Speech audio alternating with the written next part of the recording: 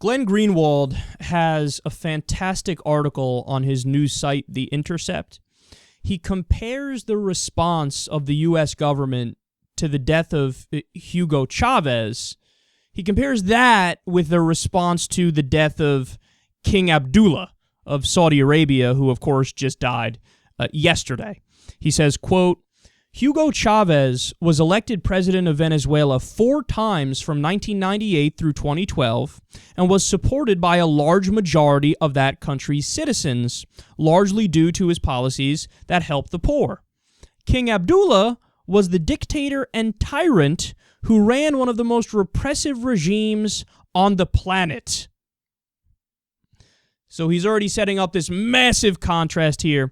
And he laid it out for you. I didn't incorporate it here, but you can go take a look at it if you want in his article, where he shows the statement on Hugo Chavez, which was very bland and very vanilla and very crass. Obama's just like, yeah, we stand by the people of Venezuela, yada, yada, time for reform. Moving on. But with the King Abdullah, he was a peace-loving reformer who cared deeply about making things work. Such a great man because he gave us oil. What? Did I say that last part out loud? It really is gross, the contrast when you see it. Greenwald continues, quote, the effusive praise being heaped on the brutal Saudi despot by Western media and political figures has been nothing short of nauseating. The UK government, which arouses itself on a daily basis by issuing self-consciously eloquent lectures to the world about democracy, actually ordered flags flown all day at half-mast to honor this repulsive monarch. So let's pause again here.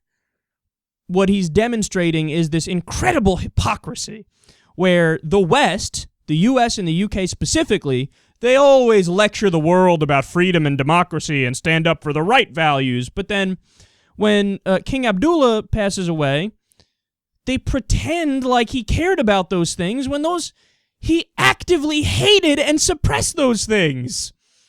Greenwald says, quote, one obvious difference between the two leaders was that Chavez was elected and Abdullah was not.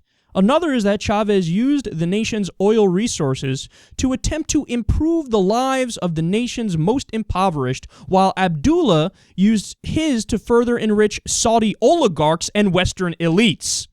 Another is that the severity of Abdullah's human rights abuses and militarism makes Chavez look in comparison like Gandhi. Now, again, let me pause real fast just to add a little asterisk to this entire conversation. Is Hugo Chavez perfect? Of course not. In fact, one of the things he was horrific on is freedom of the press. And I admit that. I'm sure Glenn Greenwald would admit that. So this isn't just a rah-rah Hugo Chavez article. That's not his point. His point is, when you really look at the record and you dive into the details and the policy positions of both and what they enacted, you find that Hugo Chavez did a lot more good than a guy like King Abdullah, who was just a horrendous dictator across the board. He says, but when it comes to Western political and media discourse, the only difference that matters is that Chavez was a U.S. adversary while Abdullah was a loyal U.S. ally, which by itself, for purposes of the U.S. and British media, converts the former into an evil, villainous monster and the latter into a beloved symbol of peace, reform, and progress. That's why there is nobody outside of American cable news, DC think tanks, and the self-loving Oxbridge clique in London, which does anything but scoff with scorn and dark amusement when the US and UK prance around as defenders of freedom and democracy. Only in those circles of tribalism, jingoism, and propaganda is such a tripe taken seriously at all. Look, Glenn Greenwald and I, we don't agree on everything, okay? But on many issues we do, and when him and I agree, I want to give him a standing ovation because he absolutely nails it. This is one of those times right now. So what is the truth about King Abdullah? I mean, let's dive into some specifics here. Quote, Saudi Arabia methodically harassed, detained, and abused human rights campaigners. Women can't travel, study, or work without a male guardian.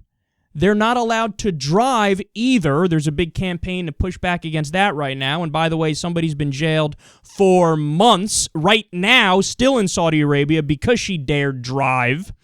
Migrant workers, about 8 million of them there are, some of them are working in slavery-like conditions, quote, slavery-like conditions right now. Torture is commonplace in Saudi Arabia. There is absolutely no penal code, so you better hope your judge is in a good mood if something happens. There's no freedom of expression, no freedom of the press, no freedom of assembly, and of course my favorite fact in the conversation, they do public beheadings, so it's not just that they're beheading people, they're doing it in public. It's like they're bragging about it. Yes, I'm beheading this person because we care about morality. What the fuck? And not only are they beheading people and beheading them in public, they're killing people for drug smuggling. In fact, I read one of the articles on this specifically a while ago. I think we covered it on the show. They were amphetamine pills that were smuggled in that somebody got killed for. You know what those could have been and likely were? Basically Adderall pills. So what is ADHD medication in the West, you get beheaded for if you just carry them in to Saudi Arabia.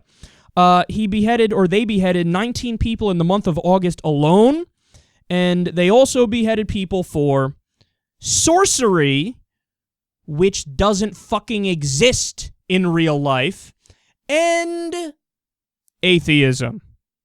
Yours truly would have been beheaded 33 times over or more if I was in Saudi Arabia. So they're the problem. Okay, Saudi Arabia is ISIS if they were allies with the United States. There, I said it.